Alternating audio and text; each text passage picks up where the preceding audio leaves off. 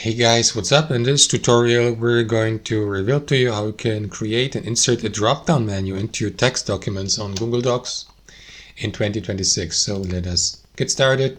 Navigate to your document, start a new line and navigate to the Insert tab at the top. Hold your mouse over Smart Chips and from that menu choose the lowermost option, Drop Down. That is going to create a default drop-down menu. Now what you want to do is click into New Drop-Down. And here configure or customize your drop-down options. Give it a name like example drop-down or something like that. And then start adding options to a drop-down menu. You may change the position by using these handles here to the left. Give them names.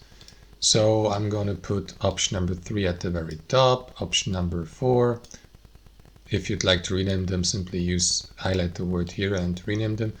And here to the left, you may assign a background color or text. I will go with, for example, green in this case for option 3, blue for option 2, and so on and so forth. If you'd like to remove these options, click into this button or add new options through that button at the bottom. Click into Save, and that is going to include the drop-down menu. Now, if you click into it, you will see the options that are available with the one selected here to the left with that check mark, and you may edit these options even more according to your liking by clicking into this button.